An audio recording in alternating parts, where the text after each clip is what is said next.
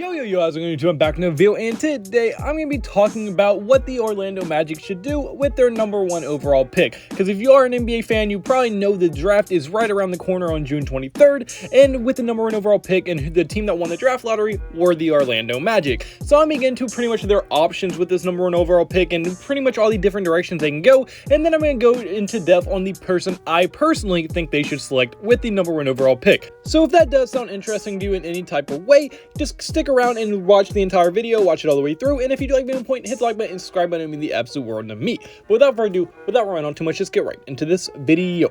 Okay, so the first thing I really want to get into this video is going to be going through all their options, and in my opinion, there are 3 legitimate options in this draft class. One of those options being Paolo Banchero. Paolo Banchero is a 6'10", 250-pound with a 7-foot wingspan small forward who can play in pretty much any position on the court. He has a very good ball handle, he has great intangibles, he's a very good athlete, very strong, can score from all 3 levels of the court, is very good on defense, and can probably guard the point guard through power forward positions, and is just overall a very well-rounded player, and in my opinion will end up being a star level player in the league. I love Paolo Banchero. I think he's gonna be very, very good, and he is for sure an option with the #1 overall pick. And then another option would be Jabari Smith, and Smith as well is going to be a very, very good basketball player coming into this class. He's a very lengthy player. He kind of looks like Kevin Durant, but I don't like comparing him to Durant because not every lengthy forward is going to be the next Kevin Durant. I'm not saying that's what Jabari is, but he kind of plays in a similar way. He's not as athletic and he's not as fast and flashy as Durant, but he still can score from all 3 levels of the court. He's very good on defense, he can block shots, he can guard 1 through 4, and he's a very, very good player, and he has a ton of upside with how good he is and how good he could possibly going into the future. And in my opinion, Jabari Smith is also going to be an all-star level player in the NBA one day, and you cannot go wrong with picking him either. And now their third and final option with the #1 overall pick would be Chet Holmgren. Now Chet Holmgren is one of the more interesting players in the entire class. He's a 7-foot center, he has only 195 pounds, but he also has a 7'6" wingspan. So obviously his intangibles when it comes to his size and stuff are almost untouched. A 7-footer with a 7'6" wingspan, he's going to be able to block shots, he's going to be able to do that type of stuff. But where it kind of gets concerning with Chet Holmgren, he is a very, very raw player, and he doesn't really do anything at an elite level. Now yes, he blocks shots fairly good in college, but when you have a 7'6" wingspan in college, you're going to block a lot of shots, so I wouldn't read too much into it. He still has to add a ton of weight, he still has to get a better ball handle, his shot has to get better, and his offense has a very long way to go.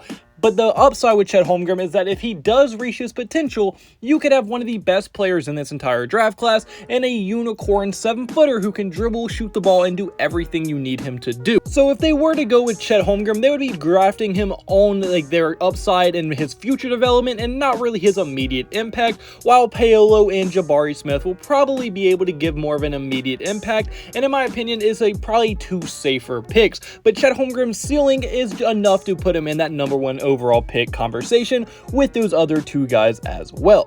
But now that we got all their options out of the way, who should they actually draft with the pick? Well, I do want to get into one thing before I actually say who I think they should pick, as I think fit is going to matter a lot here, because all 3 of these players will most likely be a very solid NBA players, and in my opinion, Paolo and Jabari Smith are going to be damn near superstar or all-star level players, almost certainly, barring any injuries. And that is a big reason why I have Chet Holmgren getting eliminated from the options that I have. Because yes, Chet Holmgren is potentially a superstar in the making if he can hit his potential, which I'm not convinced he is, but there is a chance he can do it.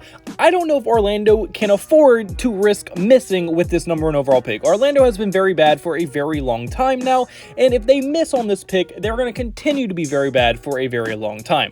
They cannot afford to mess this pick up, and Paolo and Jabari are much safer picks who have just as much upside and are almost guaranteed to be very, very good. So when it comes to fit-wise and necessity-wise, I have them going with one of the forwards just due to them being so much of a safer pick than they already have. And then if you even look at roster fit, they already have people like Mo Bamba and Wendell Carter Jr. who are very, very solid players, and Wendell Carter Jr. actually looked very solid for them last year, and Mo Bamba statistically just had his best season of his career. So I don't know if bringing in another young, high upside big man would be the best move for the Orlando Magic, especially when that big man has a potential to be a bust. Now, I'm not saying Chet is going to be a bust in any way, shape, or form. I'm just saying out of the three options, he has by far the highest bust potential, barring any injuries. So I think for sure, if you're going safest pick and even fit-wise, you have to go with one of the forwards, because they also do have a need for forward. Now, yes, they have Franz Wagner, but Franz Wagner, let's be honest, is not going to be a franchise player. He could be a very, very good starting level player on your team, but he's not going to be a franchise player like Jabari or Paolo is going to be.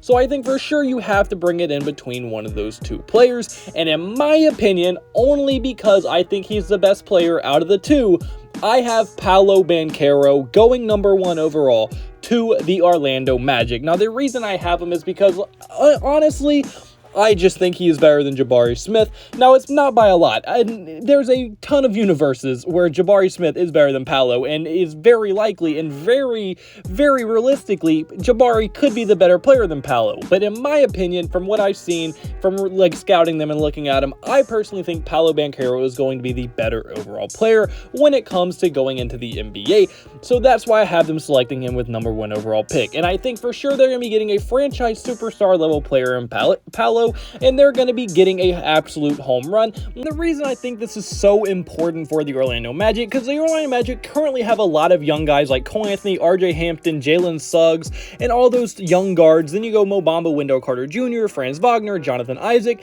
They have a ton of young, high upside, very solid players on their roster right now, but none of them really have that franchise player level of talent, and none of them are at that level that Paolo could be coming into the NBA at from day one. So Paolo could be that franchise player. He lead all those young guys, and they can all develop on the same timeline and get better and better all together, and they have tons of assets. They can do so many different things when it comes to a team building aspect, and their foundation has been built if they get someone like Paolo Banchero with the number 1 overall pick. So I think for sure you have to go with either Jabari or Paolo, and in my opinion, like I said, you go Paolo, because I think he could for sure lead these young guys and go into the future, and the Orlando Magic could have a very bright future going forward due to how young they're going to be. They have so many young guards, so many young bigs, and now they're going to be getting one more young forward as well, and I think for sure they have a very bright future if they select Paolo, and really even if they select Jabari Smith, they will still have a very, very bright future. But to kind of recap what I just said, the reason I have Orlando picking Paolo is because I think he's the best player out of the three. I think he's going to fit the mold the best, and he can lead all the other young guys and help them develop even faster and lead them into the future of hopefully a very, very bright one with how many young pieces that they do currently have. But unfortunately, guys, that's my first video. So comment below, do you agree with me? Do you think that the Orlando Magic should select Paolo? Do you think they should select Chet, Jabari, or anyone else? I want to hear your thoughts in the comment section below. If you like me, point to the like button, subscribe button, I mean the absolute word to me. And I hope you have a blessed day. Have a blessed day. So you need to have a blessed day. All glory to God. See you in the next video. Goodbye. Boo. Blah.